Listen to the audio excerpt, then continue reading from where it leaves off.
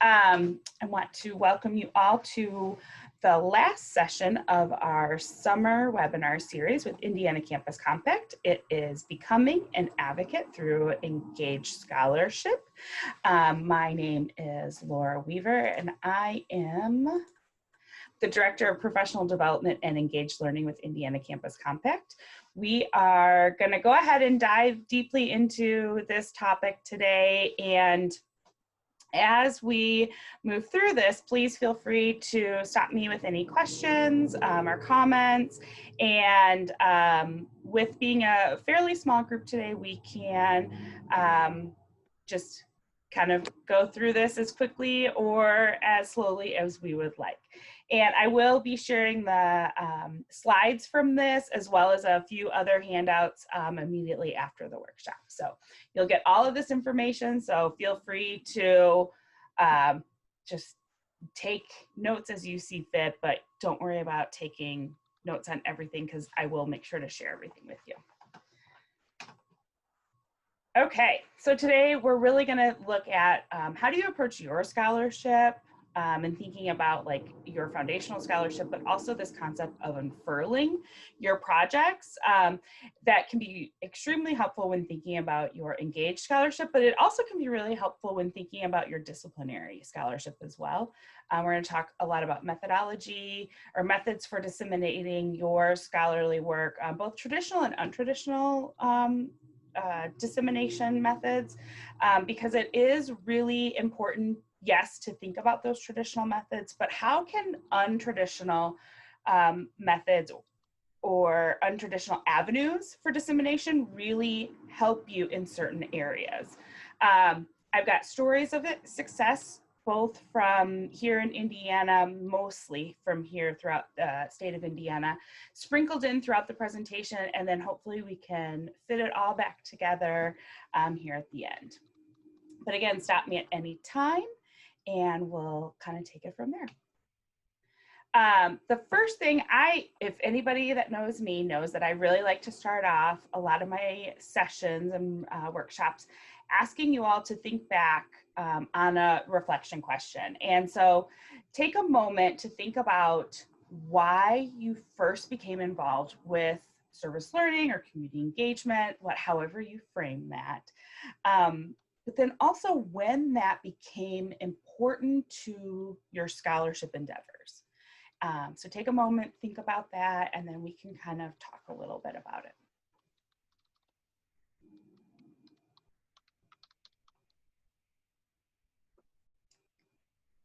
So I'm gonna ask you, Mike, when did that shift happen for you? Since I'm the only person here. Yeah, well, since honestly, you're the only one with us at the moment. Well, I came to Taylor 20 years ago, but before that at another institution in Illinois, I went to a faculty workshop on service learning and had never heard of it. But because of my growing up and my family and the way we operated in my family, service was pretty important to my parents. A lot of volunteer work. And so when I heard about this in the workshop, I thought, oh, that's really neat. I think that fits me. But I put the materials into a file folder and put it in the file cabinet and left it there until I came here a few years later and was invited to attend a service learning workshop. Ed Zlotkowski was presenting in Indiana.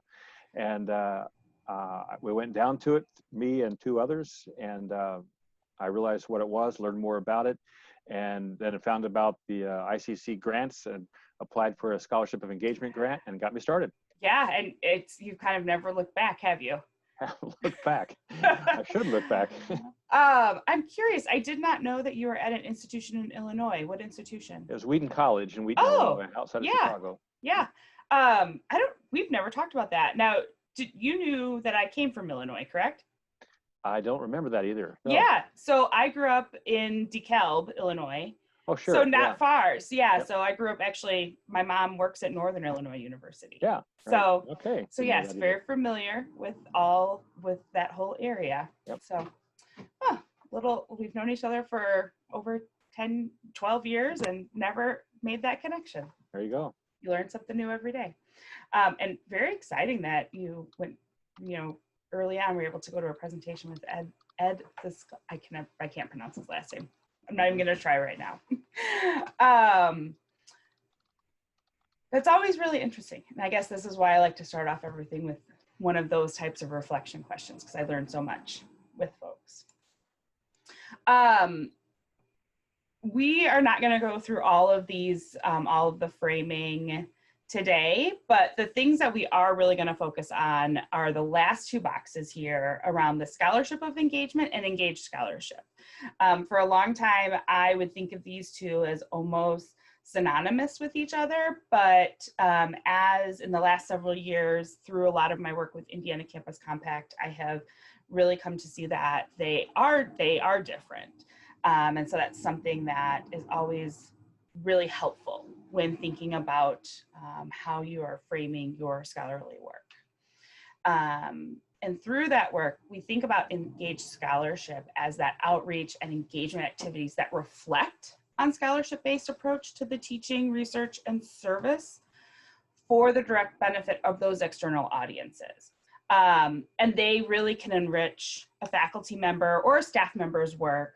But it's really within that piece of how am I really thinking about the work that I've done and coming from that scholarly based approach. So as we dig deeply into the rest of today's presentation, you'll kind of see that come out.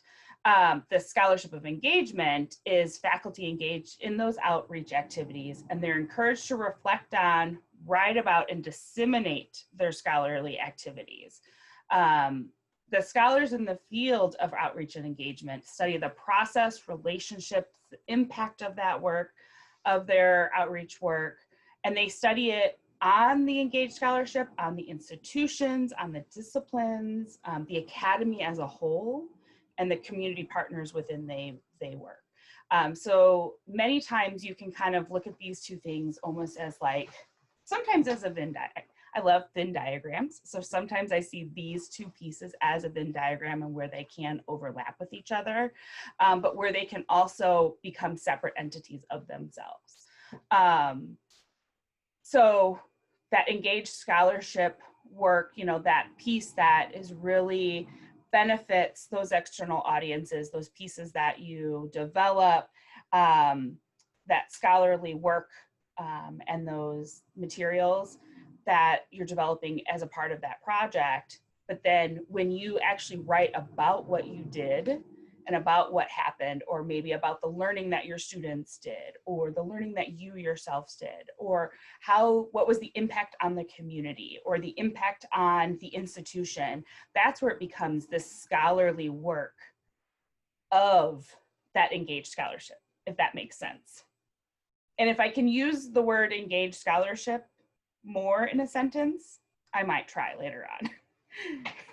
So those are, a lot of times that's really helpful in really thinking about like, how do those two things, how do they differ, but then how are they also connected with each other? So when we think about the lens of an engaged scholar, which as we're sitting here today, we all can be considered engaged scholars. They can take place through your teaching, research, or your service roles, as long as they are integrated across more than one. You begin to become that engaged scholar when you have taught something, and then you begin to think more deeply about how that works. Or you've done professional service and with an organization, and you begin to think, how does this manifest itself more deeply? It is not everything that is service related, but rather within that scholarly piece, it is informed by your disciplinary work as well as that community knowledge. So those two things are really coming together, and it involves the appropriate methods, methodology, and a lot of times that also can be rooted within your discipline, or sometimes with your community engagement work, it may introduce you to new methodologies for research that isn't traditional within your discipline, but can be can really open you up to the new methodologies that then you can use within your discipline as well. And so there's a couple of examples of those with some faculty that I'm working with now.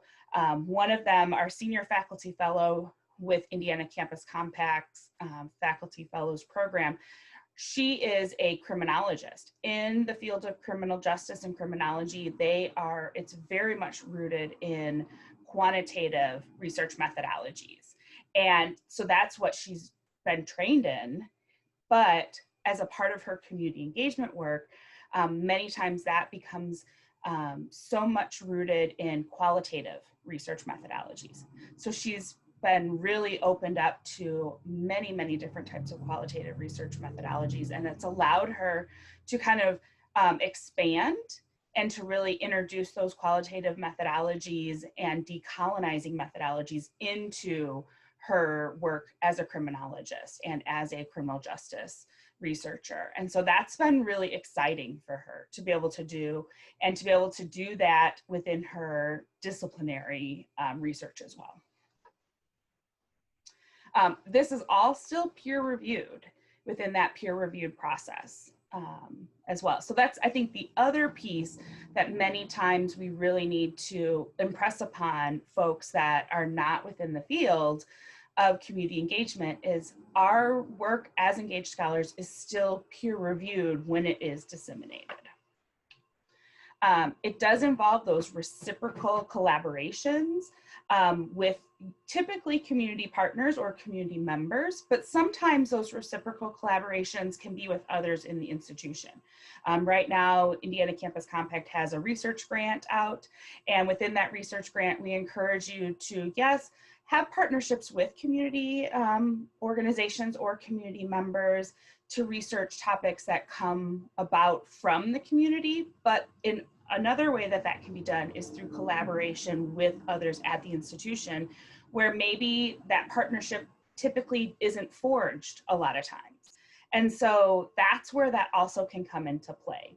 As long as that knowledge flows both ways and that practice is really enriched by the theory, and what comes about from it is mutually beneficial, is products that are created in partnership and are shared with all partners, and many times are work that is towards the public good and contributes to democracy. And one of my former colleagues always says, democracy with a little d. So those are things that are really, really critical to this concept of being an engaged scholar. So that's a lot, those things are always really helpful when thinking about describing what being an engaged scholar is to someone who's not familiar with the field, in the sense of it is similar to being a scholar within your disciplinary field. We are at a point within our work as engaged scholars and within higher education that we really have this opportunity, or as many people have said, a duty to realize and to utilize the resources at our institutions. And those resources can be very wide. Our people, other forms of capital that we have to really help better our communities, and do that within collaboration with our communities. So within the people, the organizations, the assets that our communities have, in order to really see how we can address those issues or concerns or needs that are coming about from the community members. And many times this can be all considered scholarly pursuits. As I kind of keep alluding to or thinking about, this all can link back to, and should link back to, your foundational scholarship. So how does this body of knowledge guide, how does your disciplinary body of knowledge guide and inform your community engagement work? And that's going to be really crucial when helping to make the case or think about not only what you're doing within your coursework or within your professional service, that maybe you are working with different community members, but also as you're talking about this with your colleagues. and thinking about, how do I share what I'm doing? How do I share with my colleagues that I'm not leaving my discipline behind, as some people have said, but I'm really helping to build my discipline up by expanding upon what we are already doing within a discipline, and utilizing that foundational theory, that foundational scholarship that's built within the discipline. And you can do that through your service learning and community engagement. One of my colleagues, Diane Doberneck, has created this kind of visual diagram to help you think about that, and to think about your collaboration with community partners, to think about your engaged scholarship, where your engaged scholarship should inform what you're doing with communities and how you're engaging with them to generate that new knowledge, that can both be just that new knowledge is then disseminated to not only academic audiences, but also public audiences. And what's rooted below that are partnerships that are formed not only in those academic spaces, but in those community spaces. If you remove that foundational scholarship that is informing your understanding of all of this, it kind of, that whole foundation collapses. You're not informing those experiences. That's when that scholarship of engagement maybe just becomes engagement or just becomes service, rather than scholarship. So how do we start? Where do we begin with all of this? Many times when we think about projects and we think about scholarship, I kind of equate beginning your engaged scholarship to, how do we think about it from a beginning our work of developing a course? Well, when we develop a course, we always kind of start with that foundational piece. What are our learning objectives and all of that? So we do the same thing when we begin with, where do we start with our scholarship? So think about what you're maybe doing a literature review, thinking back to what is that theory or conceptual framework that is at the foundation of the work that you've done. So if you're basing this on coursework that you've had, and maybe it's on learning that students have done, what was that basis? What type of theory did you utilize? Was it something that was student development related, and you kind of base that off a student development theory or off a learning objective that you had? How is that learning objective built? Utilizing that as your foundational piece of theory. Or was it some sort of foundational theory within your discipline about a methodology that was being utilized, that you were working with your students to test? Was it something from there? Was it a piece with your community partners? Again, that's connecting right back to your discipline. Did that foundational theory, did that piece, how is that fitting in there? And then you can begin to think about, just as you would with any other disciplinary scholarly piece, what is the significance of this? How is this addressing a gap? Is it a gap within the service learning field, or is it a gap within the field of your own discipline field? Is the concept of service or service learning, community-based learning, is it new to your discipline? Or to what's going on within your field?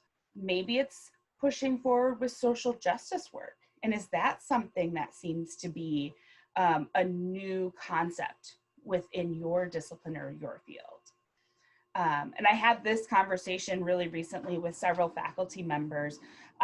One was in the field of English and writing, and one was in the field of journalism. And both were saying that the concept of service learning, but then also the concept of critical service learning, both of them were extremely new concepts. And when they looked across their disciplinary conferences, those are things that folks were not presenting about and that people did not really understand. And so for them, they saw that as a gap in knowledge base among their disciplinary colleagues. And thinking about, how do we integrate service learning or community-based learning within the field of writing and English And what does that look like? Something that seemingly may not be something that we've traditionally worked with community members on. What does that look like, and how can that be adapted? And so for this faculty member, she was really thinking about, can I utilize traditional models of service learning, or do they need to be adjusted? Can I utilize some of our traditional teaching methodologies of teaching writing and grammar in the same way? And how can those things be adjusted? And so it went right back to her discipline. Same thing with the faculty member in journalism, as he really thinks a lot about sports journalism. And he was really thinking a lot about social justice topics, and how this is a moment, especially within sports journalism, where many of those topics are just not talked about. And he was specifically looking at how many of many of the sports leagues, for the collegiate sports leagues, are now saying we are not going to be playing because of COVID. And what is that saying? And he thought, this is a moment in time where my students can really begin to think, what kind of power do collegiate athletes have in this moment? And how should sports journalists be covering this? And what kind of power do sports journalists have? And how should those organizations be wielding that power? He's like, and that has never really been a topic that has ever really been addressed within our field before. And so he was really thinking, how does that look? And how would I even measure growth or knowledge within my students, who many times within the field of sports journalism, it's a very male-dominated field. He said, and very much so white male-dominated field. And so that is a really interesting topic for those students to really think a lot about. He's like, many of them are former athletes or current athletes, which also brings in another really interesting conversation at this time. So that's kind of another space to begin to think about, how do I begin to craft, what does my engaged scholarship look like, and how can I begin to think about it and think back to it? The other thing, the last bullet on here is really interesting to note, is how does your work fit or maybe not fit any other spaces out there? And if it's not necessarily fitting within your disciplinary space, is that because it really has a nice fit within the community engagement space? And as we begin to start talking about where are those dissemination spaces, that's where you'll really want to think about, does this belong in a community engagement journal or a community engagement conference, or does this really belong within my disciplinary journals or my disciplinary conferences? And that's where, for you, you'll have to begin to think about, what do I need? Where do I want to have this? Where do I want my voice to be heard on this topic? And that's where we begin to think about that advocacy piece. And how do I begin to think about that even on my own campus? We started talking a little bit about this, of linking it back and writing it up. And a lot of times this can begin to think about what your own experience is as an engaged scholar. Is this your first time stepping out into this engaged scholarship work? Is this the first time that you are disseminating? Is this that first time that you're stepping out there, or is this something that you've began to work on over and over? What aspects, if this is something that you've continuously been doing, not only within your discipline, but also in the community engagement world, what has held up true within both spaces? Are you able to really draw upon your own scholarly work and cite yourself as well as other scholars within the discipline, within your foundational scholarly work, but then also within community engagement? Or if this is kind of your first time taking a step out there, how are you really rooting yourself either in your discipline or within community engagement work? so that you can really begin to build upon yourself as a known scholar within either field. Um, if many times, so I'll share my own story. For myself, because I really view myself, my disciplinary background, now I would consider my disciplinary background is the field of community engagement and service learning. So I'm constantly building myself as a scholar within that field, but then also looking and reaching forward and building upon the work of known scholars across that field, and especially within certain threads and themes from the field of community engagement. My actual undergraduate disciplinary background is actually in communications. So if I was a faculty member in the field of communications, I would probably choose to really build myself as a scholar in those communications disciplinary journals, while drawing upon my community engagement. So how am I advocating for community engagement work within the fields of communications, within those journals where appropriate, as well as every once in a while putting out some information within the community engagement journals.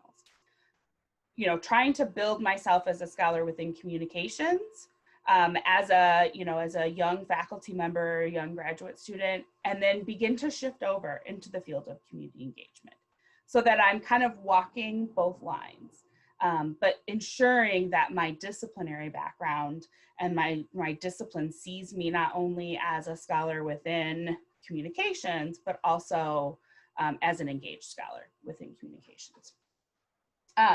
It is really important to remember and to think about these two questions of, well, so what? Why am I doing this, or who cares? When Indiana Campus Compact, we have our pen to paper program, and where we bring in editors and faculty and graduate students and even community partners and staff members, they receive immediate feedback from those editors. That's the number one question that editors always boil it down to, is they always say, remember to tell me, to answer the question of, why should I publish this? Who cares to read this article?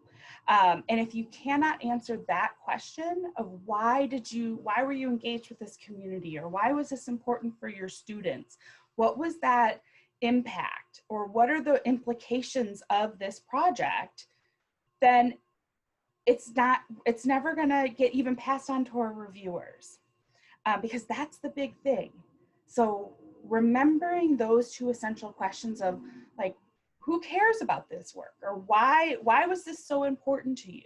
Why was it so important that you were engaged with this local library around literacy for children birth to age 3? You know, if that's such an important project, why should we, as as editors of journals, why should we publish that piece? So I always kind of also go into this thinking, like, how do I get that message across, essentially and early on?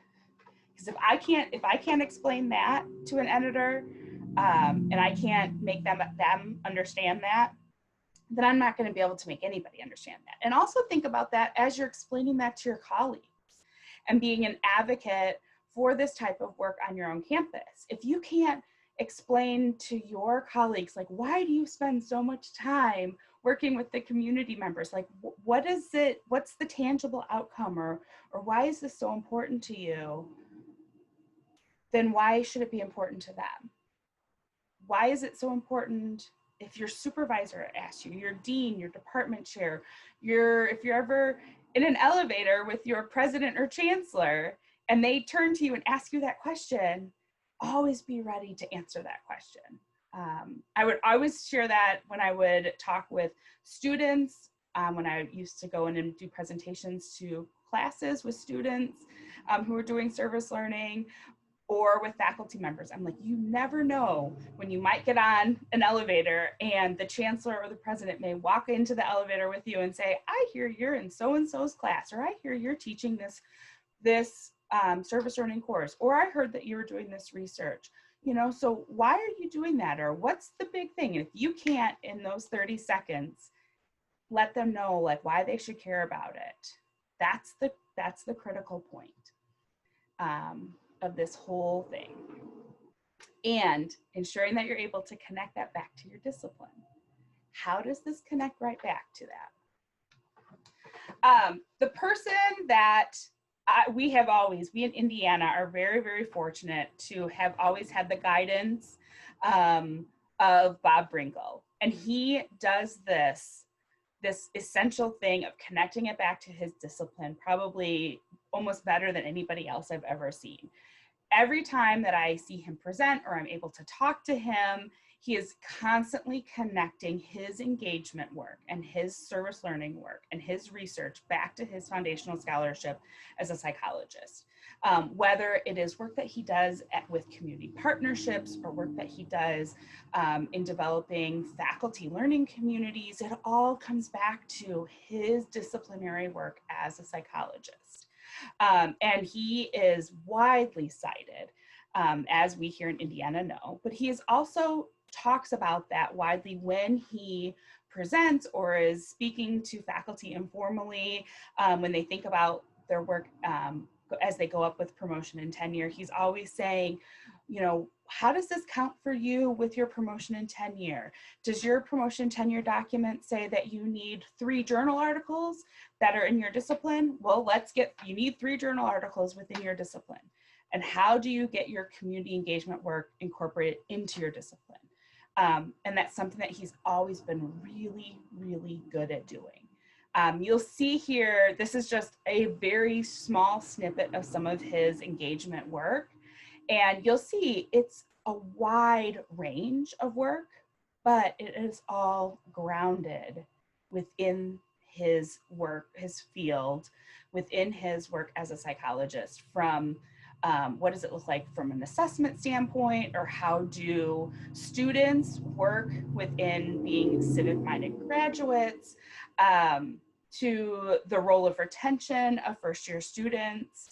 And so that's something that we can always go back to and look at. And he, again, we're extremely fortunate. So I always think about that when I talk with faculty, like, let's look at your dossier, let's look at your documents that you have to look at for promotion and tenure, and how are we able to not draw a dotted line between all of that work and your discipline, but how do we draw a very solid line? So take a minute and think about this. How is your engaged scholarship different from your disciplinary scholarship? How is it the same? And what approaches are you currently using in both of those areas? Have you made that connection? Is that something that you're currently doing? So just take a moment to think about that as I grab a quick drink of water, and then we'll move on.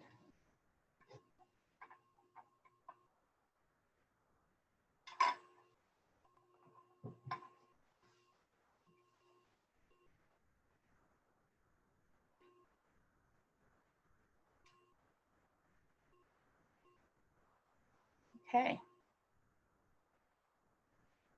So I'm going to share another success story from here in Indiana.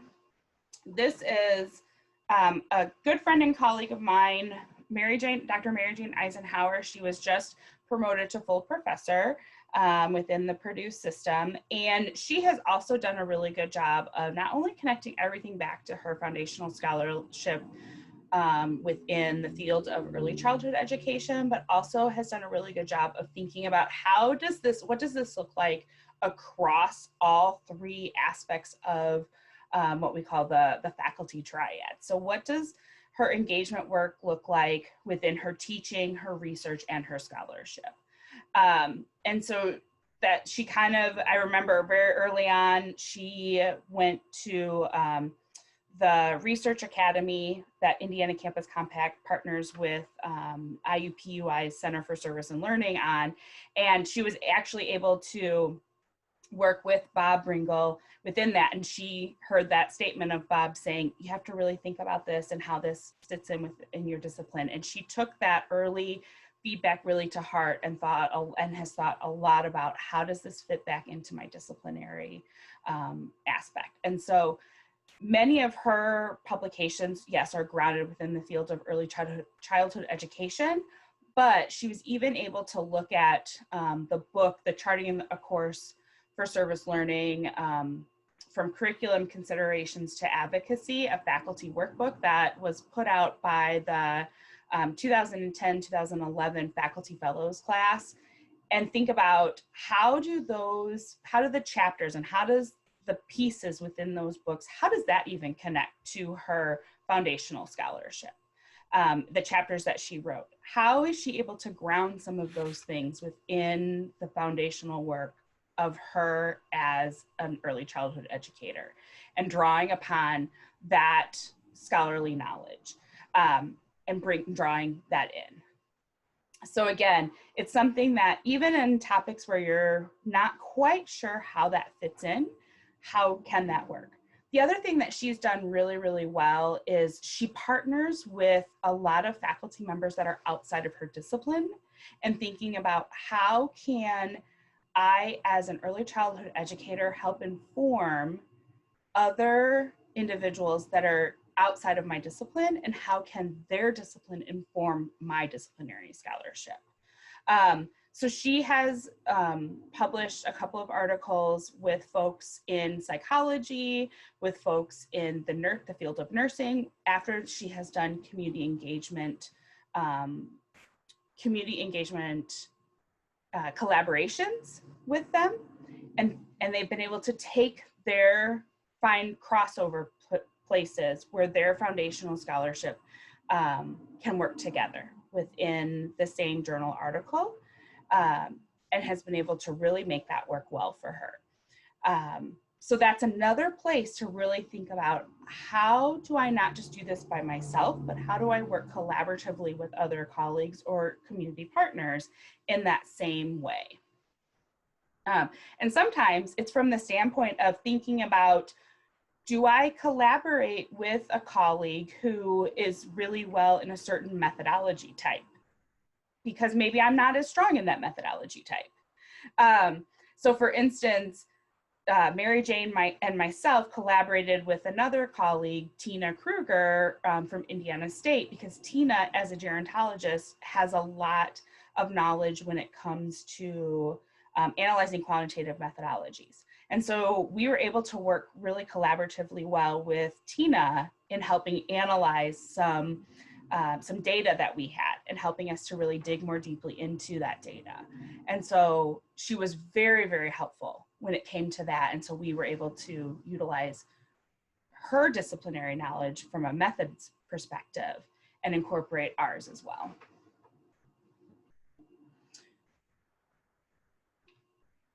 So now we're going to move into this concept of unfurling your project, or from your disciplinary perspective, or from your community engagement perspective, into what we like to call, how do we identify maybe the least publishable unit or the most publishable unit that you have? But this specific aspect can be really transformative for individuals in thinking about not only how do I get the most quote unquote bang for my buck when it comes to publishing, but also how do I ensure that what I'm submitting to editors isn't too overwhelming?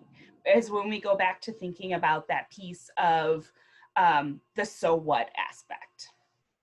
And this actually comes from, and is based a little bit on this article in the defense of the least publishable unit that was published in the Chronicle of Higher Education back in 2004. And it really informed the work of a good friend and colleague of mine, Diane Dobrnick, who I'm going to show you how she does this within her own field.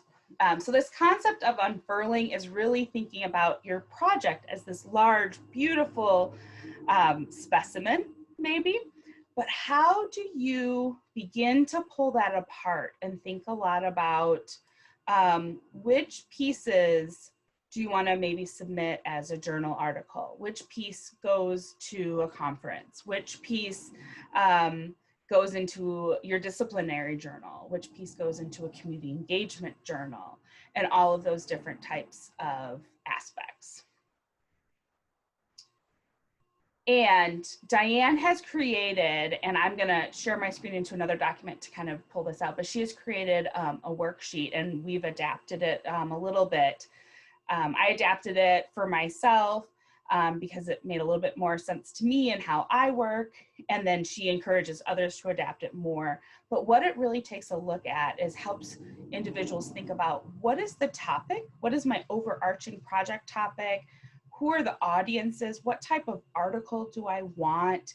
And then who are those potential journals? And it's not only good for thinking about how to pull apart your project, but it's also really, really helpful at just tracking all the different projects and writing projects or conference projects that you have out there. So I am going to share a different screen really quickly and say hi to Donna as we do that. Hi, I'm sorry I'm so late. It's okay. It's I'm okay. glad you're recording it. You'll send us the link, I right? will, yes. Okay. Yeah. All right. Thanks. Looks like good information. And so what we have here is this is how I have adapted this original document that Diane created. And so how it really helps me in what I do. And I will send this to you as well. But what I do is I put my topic here, and then I even give myself a little abstract or description of whatever that topic is. And maybe this isn't the full abstract that I would submit to a journal, but then I put the journal and the website here, and we'll kind of talk a little bit more about what some of those potentials are, and then who the audience is. Is this something that's going to my discipline? Is this and sometimes there's more than one audience. So maybe this is a research article that is going to a disciplinary journal. And that is going to go in this box. And then I have the type of article or the section. And this can be really helpful as you're beginning to think about, okay, is this it's a research article that's going to my discipline. So we know it's maybe it's focused on the methods, specifically piece of that research, because you could, and looks like maybe it's a little difficult to see. Is that better? So when you have that research article and it's going to be going to your discipline, you don't necessarily have to write up the results aspect of it. Maybe you're just going to focus on the methods because you utilize a new methodology that maybe is unique to your discipline. So earlier I talked about our current senior faculty fellow who is a criminologist, and in the field of criminology, it's a field that really focuses heavily on quantitative methodologies. So she's been utilizing a lot of qualitative methodologies, a lot of indigenous methodologies, a lot of decolonized methodologies within the field. And so this is an area that she's really working on getting published within her discipline and in her disciplinary journals that is very unique and new to her disciplinary journals. And so she's been looking at, how do I write up about the methods aspect of how I am gathering my qualitative data in a new and unique way that's unique to my discipline. So it's really a research methods, research partnership, and engagement piece. It's not so much about what we found out in the data, because for my discipline, our sample size is so small, and it's not something that they would typically publish. But I'm trying to publish it because it is very unique to what my discipline, they don't normally publish these types of articles. They don't normally focus on collaborative autoethnography within the field of criminology. But how can that be super important to our field? And why is that important? And why do criminologists and criminal justice professionals need to think about utilizing this methodology? And so that's where she's really trying to focus on that and push that into her discipline journals. So that's kind of what she would put here in this section. And then I also always like to have my due date right in front of me all the time, because I am a person that works on due dates and works backwards. And then I always outline what my submission guidelines are, so that I know I will put, this is the style that they like, this is the number of pages, and then the paper status.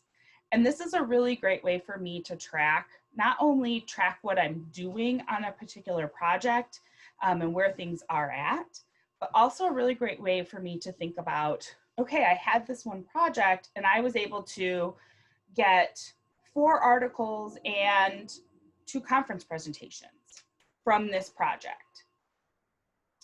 So we got one that's maybe a methods.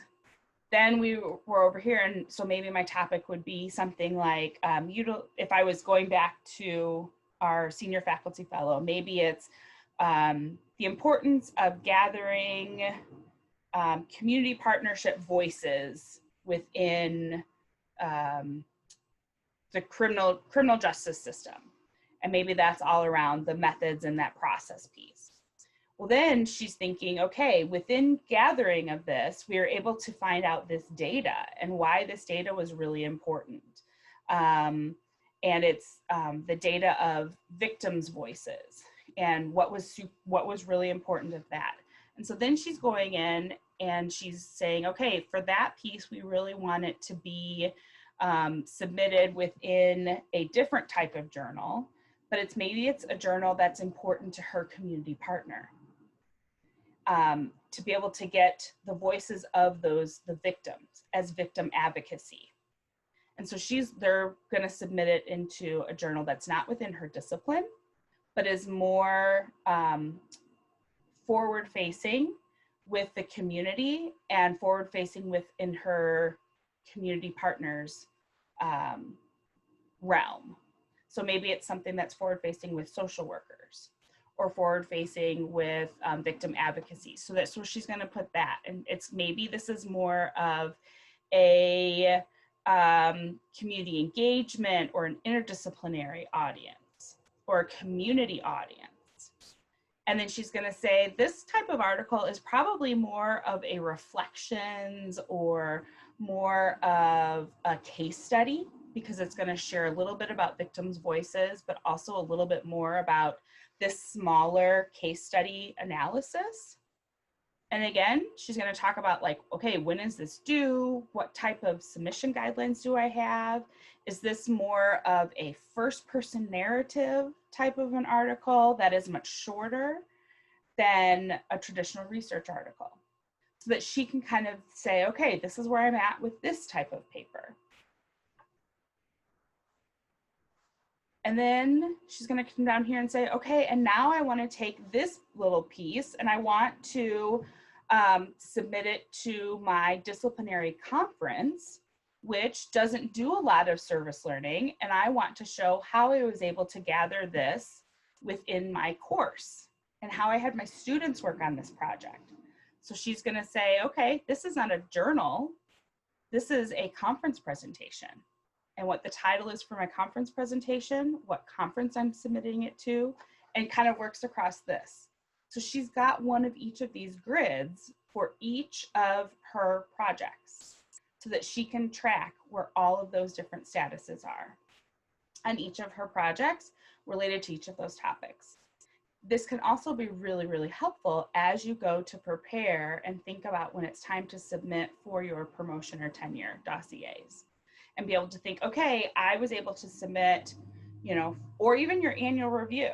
You can go back to this type of grid and say, okay, I actually got 2 articles that are in submission for this project. I've got 3 articles in submission for this project, and really think through what does that look like.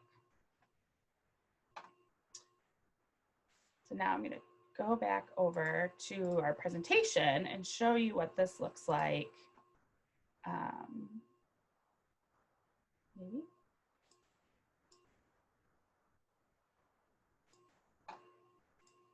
Okay, so as you go through this grid, you're going to, again, like we always do with much of what we do, We want to prioritize what's the easiest to get out quickest. We always do that within everything that we're doing. And we look at what counts in maybe for our annual reviews, for our promotion and tenure process, what counts most, thinking about who at your institution can give you that advice. But then we can really look at what this looks like from the perspective of Diane Dobrnak, who actually really thought about what this process looks like. How can we think through what this unfurling looks like? And I'm gonna go to her grid actually first. Oh, apparently I didn't have that on here. I have a grid that shows how she was able to get from one project that she did, and actually now she's got one more article that is will be published in this next edition of the Journal of Community Engagement in Higher Education related to this project, where she was able to get 4 journal articles out of a very small project that she's been working on. But just thinking about what does this look like? So she was able to get a conceptual framework piece, a quantitative data analysis using that, and then another quantitative data analysis. And then now what's coming out here in this next issue of another journal is an entire look at the piece, because they created a tool from it. So she did not need to wait until the end of the project. She was continuously publishing pieces as the project unfolded. So when they went through the beginning of the project with creating this typology, she said, we have a conceptual framework. We've developed this conceptual framework in the beginning. We're going to publish that. Then they did their first round of data analysis, and they published on that and what that looked like. And then once they were able to do their full data analysis, they published another round of what their data analysis looked like, the final full results data analysis. And now that they're completely done with the study and they've developed a tool, they're publishing a final article based on what that tool looks like. So they've been able to really go through, her and her colleagues have been able to go through all of these different pieces and unfurl. And that's just what she was lead author on. Her co-authors have also done some presentations and published within their expertise and within their disciplinary journals as well. So they were able to really take this and think about how can we really pull this all apart and what makes sense for us as authors and us as individuals within our disciplinary concept. So now we're going to think about the dissemination piece. And this is all really around finding what your fit is. And again, it goes back to kind of what you need, but also where your expertise lies. And making sure that you're constantly becoming familiar with journals, which can be really, really intimidating at first. You may be really familiar with the journals within your discipline, but then now you've got this whole new area of community engaged scholarship that you're like, I have no idea. I didn't know there were all these different journals out there and what they publish. And so that's where we in collaboration with Diane Dobrnak have developed a tool that we will share. I'm going to share my screen now just so that you can see the overview of it.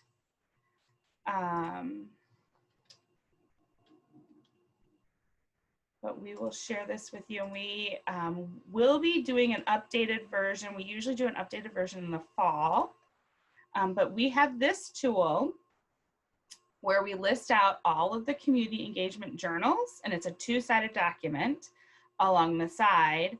And then along the top, we tell you the types of articles that they publish. And then we have little dots to tell you the journal. So like the journal Collaborations, a journal of community engaged research and practice, publishes research articles. They also publish reflection essays. They also publish community perspectives and impact. They will publish student perspectives and impact. And they'll publish poetry, art, photos, and multimedia pieces. So as you are thinking about what type of piece I want to publish, this grid can be really helpful in thinking about where and who publishes the different types of articles.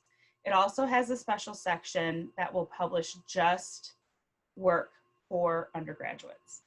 So as you're thinking about wanting to do some undergraduate mentoring, there are journals out there that will just publish work for undergraduates.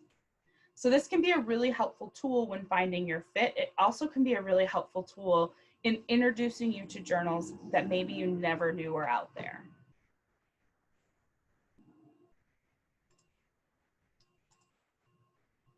So again, that grid can be invaluable. I actually have that grid. I have it tacked up right next to my computer. And anytime that I'm thinking about, or anytime someone asks me about, oh, I'm working on this type of an article, what would be a good fit? I'm like, oh, hang on, let me take a look. And I look at the grid and I think a lot about, okay, you know, this is who publishes it now. And we constantly try and think about like where the best fit is. But things to really consider, again, is who is your audience? Are you really trying to get your message out to your fellow academics? Are you thinking about wanting it to speak really more to higher education administrators? Is it senior leaders? Is it community engagement professionals?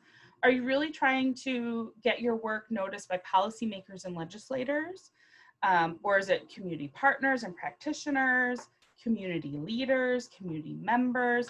All of those different things are going to really play into where you're going to publish your work. And so a lot of times that's where I like to start. And I always ask that question, is this something that you need for your promotion and tenure dossier? Is this something that your community partner really needs to get out there? Or is it something that you and your community partner need published? Because that's where you really want to start your journey.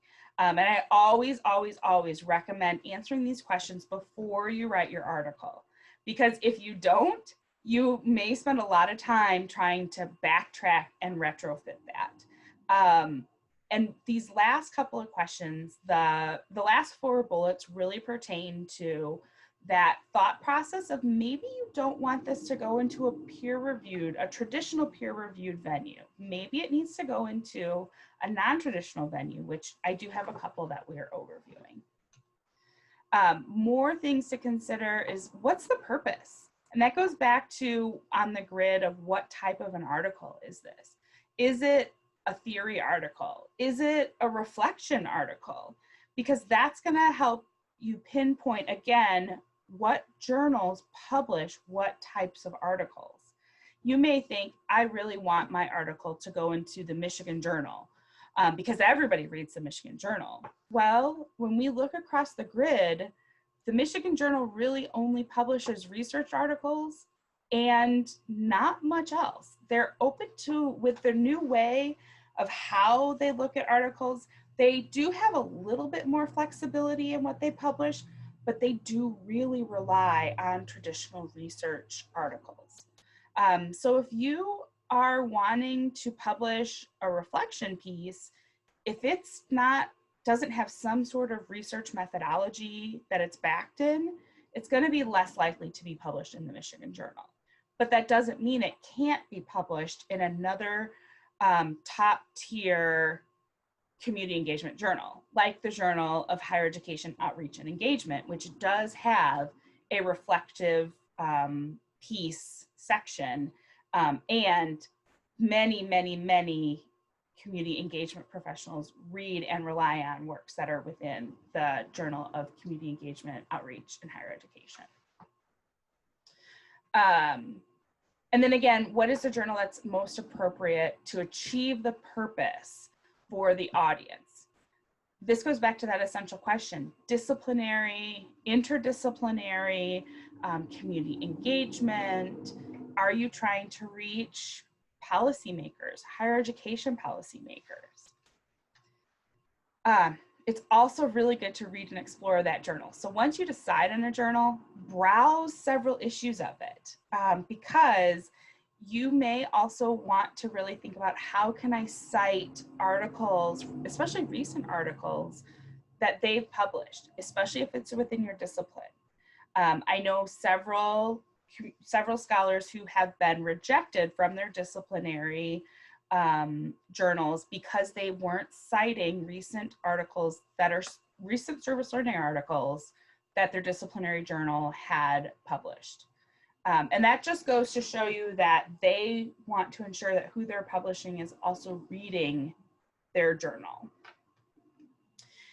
Within the field of community engagement, most of the community engagement, I would say 90% of our community engagement journals are going to want to ensure that you are including community partner voices as it is appropriate.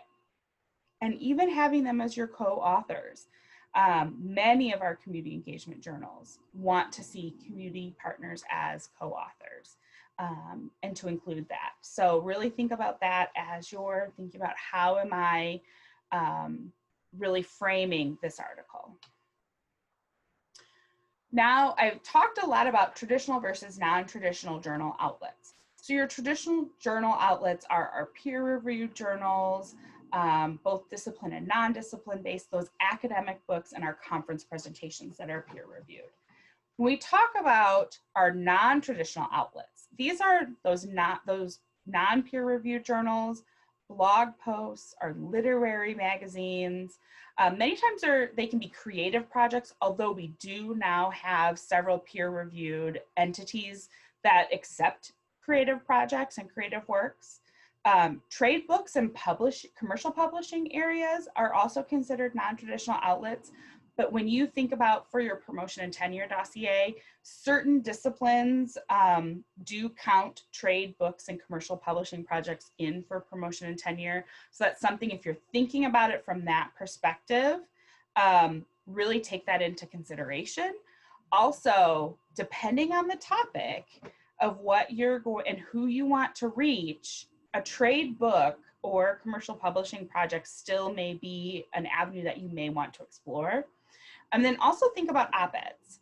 Again, if you're really wanting to reach higher education administrators or policymakers, some of these non-traditional outlets can really be really useful and can really make an impact on your promotion and tenure dossier in unique ways. So our traditional journal outlets, the biggest ones are the IJR SLICE, which is the International Journal of Research on Service Learning and Community Engagement. JOE, which is, we have all of our acronyms. So JOE is the Journal of Higher Education Outreach and Engagement. That is one of our top tier journals that most people read as well, and the Michigan Journal. So those are kind of like the top three that we always really talk about. The next one that is published here in the state of Indiana and is now just reached its 10-year anniversary and is really gaining a lot of strength within the field is the Journal of Community Engagement in Higher Education. It's published at Indiana State, and it has done a lot of, especially really in the last several years, it is really it's now becoming one of the top tier journals within the field as well. So those four are really where many people publish their articles.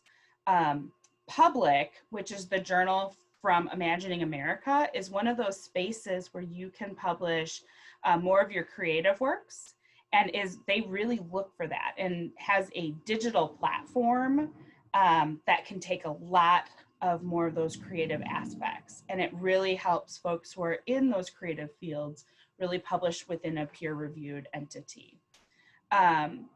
JSOTL, which is also published here in Indiana, based out of Indiana State or Indiana University, is the Journal of Scholarship of Teaching and Learning. And so if you're really focused in on what does this look like within that teaching and learning realm, that is a very top tier journal that many people who are interested in teaching and learning publish in and read all the time. So if that's an area of interest for you, or an area that you are really looking to publish your engagement work within, that journal would be something that I would definitely be taking a look at. And then Collaborations is a journal that is published in collaboration with Miami University and Rutgers, and they also will take multimedia type projects and multimedia, and it's a peer-reviewed entity, and they're really looking at community-based research and community-based practice. So that's another really great entity, and they will take reflective pieces and they'll publish photography pieces as well. And then, of course, academic books. Campus Compact does have a partnership with Stylus, and through that partnership, that's a really great avenue for folks that are looking to publish practical texts on community engagement and service learning. And when I say practical, that is more of almost like more of the how-to manuals, you know, how to do this work in a new and different way. Things that can help practitioners, things that can help faculty engaged in this work. And there are a lot of really great publications that are coming out within that realm. I do have several slides that outline and give an overview of some of our more traditional journals. And I'll let everyone kind of go through those as they see the slides. Because I think it's more important for us to talk a little bit more about some of those non-traditional aspects. Before we go into the non-traditional publishing, I do want to highlight Nathan Schaumleffel, who is at Indiana State University, has done a really great job of kind of walking the fine line between traditional publishing and non-traditional publishing and making the case within both aspects of it. He publishes widely in both traditional publication and dissemination, but also in non-traditional, in the sense of he has published and shared experiences within a book that another faculty fellows cohort put together of this Cooperate book.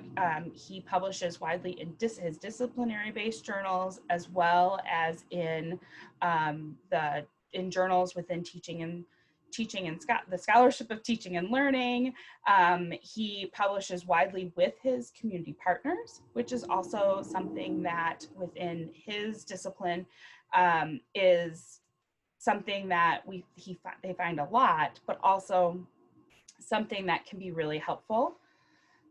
So he is another scholar that we have here in the state of Indiana that has really been able to balance all of that aspect, and he balances it quite well for the nature of his university, which has for a long time had community engagement within their promotion tenure policies.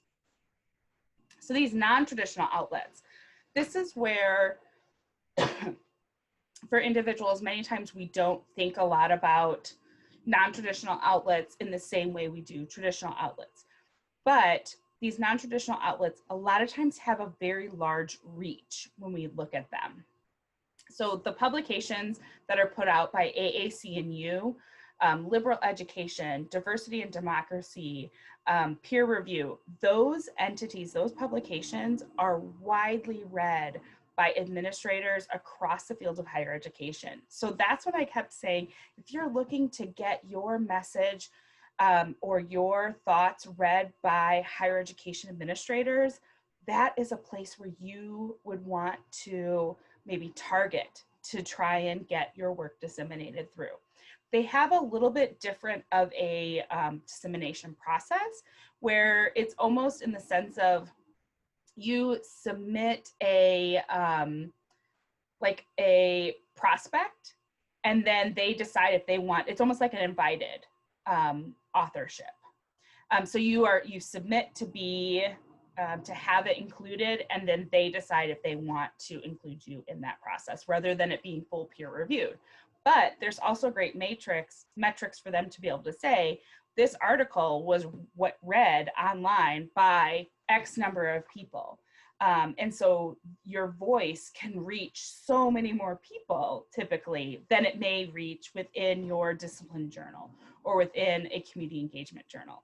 And that turnaround time can maybe be much quicker than the turnaround time process on those traditional outlets. Same thing with the Chronicle of Higher Education and the Chronicle of Philanthropy. So I would say those top three are widely read within the field. Not only the field of service learning and community engagement, but the field of higher education. And as faculty, staff, administrators, that can really help elevate and be utilized as a platform. Another one that is really widely read is Change Magazine. And Change Magazine, again, is a place, and they have been known for publishing a lot of community engagement work as well. So that is another place that can be utilized to elevate platforms. So those are kind of ones that I always let people know, like that can be a space to really, especially in moments where what you're working on or what you're thinking about is very timely. That's the time to really think about, okay, how does my topic connect to what is going on within the space of higher education or within the space of what is happening across the country? Because that's when those types of publications would make the connection really well. Imagining America puts out many publications besides Public, which is their peer-reviewed entity. So they have a lot of other publication avenues, from their blog to, they also have a commercial publishing or a academic and commercial publishing unit. And so for folks that are in the creative spaces and the art spaces, that's a really amazing entity. And they are a really interesting organization that has really created a space for folks working with creative outlets that sometimes doesn't translate well onto paper. So they've really come leaps and bounds within that. The Stanford Social Innovation Review is also extremely widely read amongst those in community engagement, but not those in community engagement and higher education, but not just in community engagement and higher education, but across business and social work fields. So even outside of higher education, many people read the Stanford Social Innovation Review. So across philanthropy, a lot of folks within foundations that work at foundations or work in the nonprofit sector will also read the SSIR. So that's another space where if you're trying to reach outside of higher education with what you're talking about, that can be another really great space to kind of target. They have a similar type of review process to AAC&U, where you can submit kind of like an abstract to be invited in. And they do have, I believe after that with some of their sections, they have a peer review process. But many people can be published within the SSIR. There are lots of literary magazines, and depending on your field, those literary magazines may be appropriate for your disciplinary field and to be able to get your message viewed to a larger and broader audience. A couple of the faculty members that we highlighted, one, Mary Jane Eisenhower, she has published some of her articles within regional literary magazines within like the Northwest Indiana, Southwest Michigan area, because her and her co-authors wanted their message to be read by more of the general public within that area. There's also training guides and manuals. And you can publish your training guides and manuals in a number of different ways. You can do it just through Creative Commons, but now there are ways then to get those peer reviewed after the fact, so that they could be included from a peer reviewed process in your promotion and tenure dossier.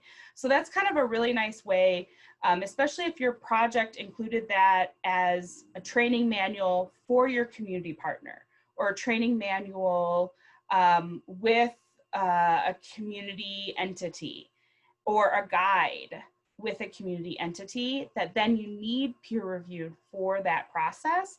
There is still a mechanism that can be put in place. So those are some really nice, there's an organization out there that has made that possible, and we'll look at that next.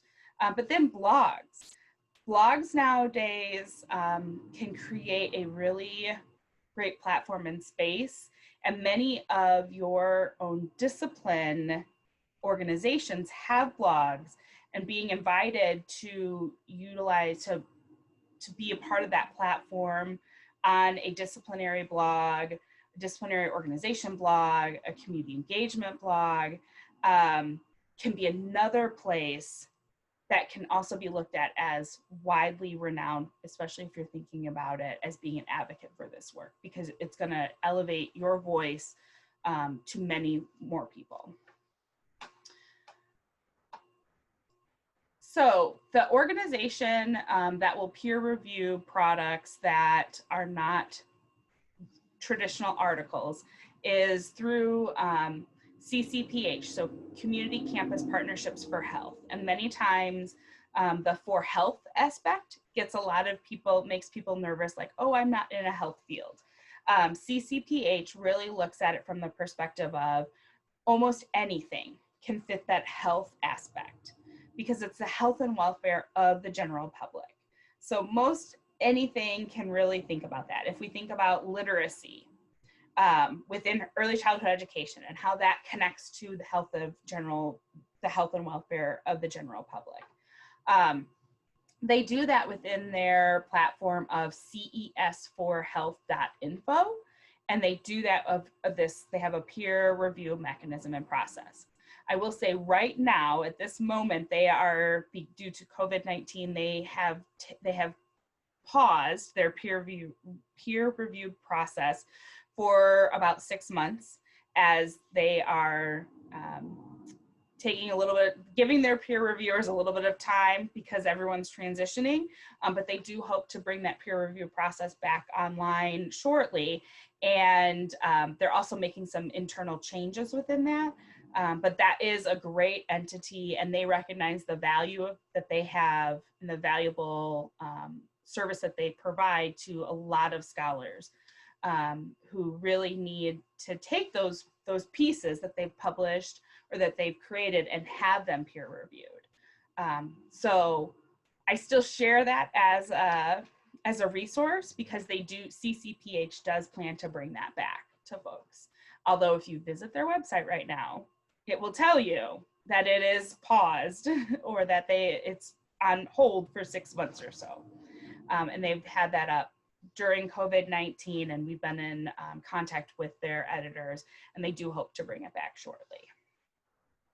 But yes, it's a great entity. It also, when they go through the peer review process, they will provide, because we've had folks here in the state of Indiana who have gone through this process, they will provide letters for your dossier to talk about, like, this is the process that it goes through and how it mimics and is exactly similar to traditional journal peer review processes. Because we know that can be a challenge for some of our folks here as their dossiers are reviewed. Other ones that we've talked a little bit about: Change Magazine, the Chronicle of Higher Education, Liberal Education, so you can review those when you get the slides. But what I do want to do, as I always like to do, is I just want to reflect a little bit and ask you a few questions, because we've got about 5 minutes left, and ask, what are your barriers to documenting? And have you think about that. What are your barriers to documenting your engaged scholarship and your barriers to writing? my assumption is one of the biggest barriers is time for everybody, because I know that is one of my biggest barriers is how do I find the time to documenting and writing? And so as you think about that, and it's always good to write down what your barriers are and to think through that. But I'm going to share with you a couple of ways that I have gotten around the time aspect, but then also finding support for documenting. For me, the time aspect has always been very difficult, and I sometimes look at that as needing the time and support are really connected for me. And so what I really look at is maybe not necessarily a traditional writing group, but I like to have a writing partner. And I've really had a lot of writing partners over my time as an engaged scholar, because those writing partners have really helped me keep on track. I am someone that works against and up into a deadline. And so if I know I'm gonna meet with someone at a certain time and I need to show them something because they're gonna look at it, or I gotta check in with someone, I know I will work towards that deadline. And sometimes when I have a writing group or I have a writing partner, just the aspect of them being on the phone, because now everything is virtual. But for me, my writing partnerships have been virtual for the last 4 years since I've moved to Indianapolis, because my writing partner is in Northwest Indiana. We have been doing this very virtual writing collaboration for quite some time. We'll be on the phone together, and we'll both be really quiet. And every once in a while we'll say, "Oh, are you still there?" And then we'll talk about something and we can hear each other clicking away. Sometimes we're working on the same project together. Sometimes we're both working on two separate things, but just the fact that we are able to block out a few hours every month, or if we're lucky, a few hours every other week. And sometimes we'll say, okay, we're blocking out this 2 hours every other week on our calendars. She actually has to say that she's meeting with someone else, and I say that I'm meeting with someone else, because if people who saw our calendars knew that we were just meeting with each other, they would say, oh, we can schedule over that appointment. So always, think about what works for you. Now, JR does not work well writing. He does not like a writing group. He is a solo writer, but that's what works for him. So think a lot about these questions of what works well for you. Do you write well with a partner? Or are there times where maybe you need to write as a solo individual before coming together with a group? Do you work well with a group at the beginning to get your ideas generated, and then do you need to go away to really dig deeply into writing and then come back? Sometimes it's trying a few things out to figure out what works well for you. And also that celebrating everyone's success. When my writing partner, when she has success, we immediately text each other and call each other, and we celebrate each other's success. When we both have failures, because we do, we both share in each other's failures, but we're there to remind each other that, you know what, we still had success. We've had success in the past, and we're going to have success in the future. One of my very favorite, two of my very favorite people as journal editors, past journal editors, current journal editors, who did a podcast, an episode of the Compact Nation podcast with JR, actually back in March of 2017. It actually is my favorite episode of the Compact Nation podcast, is with Kathy Jordan, who at the time she was the founding editor, or she is the founding editor, and at the time was the editor for CESforhealth.info. And then Andrew Furco, who is one of the previous editors of IJR Slice, they did an episode with JR of the podcast, and they gave some really great advice on being an engaged scholar and how to really think about what it means to disseminate your knowledge, disseminate your scholarship, and thinking a lot about that. And here's some of the advice that they gave. Really have someone outside of your field read your articles for clarity.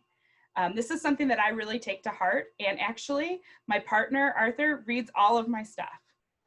And I always ask him to read it, because if he can kind of get the understanding of what I'm trying to get across, then I know someone else will, someone else within my field. He also is really great at proofreading. So I may have someone else proofread it, and then he does that kind of final look over just to make sure to have another set of eyes on it. Kat Patterson at the Journal of Community Engagement in Higher Education gives this advice to everyone who is writing. She always says that if you know that you are not good with writing and grammar, if that's something that you're especially not great in, get professional editing support. There's nothing wrong with that. It doesn't show a lack of anything. It actually shows that you are a good writer by asking for help. And so that's something that I've also always taken to heart and always shared with folks, because that is a really important thing for all of us as scholars to think about. Editing and grammar and English is not all of our discipline background, and it is different in all different areas. Another thing that goes along with that, your discipline journals may use a different style guide than what the journal that you're publishing in uses.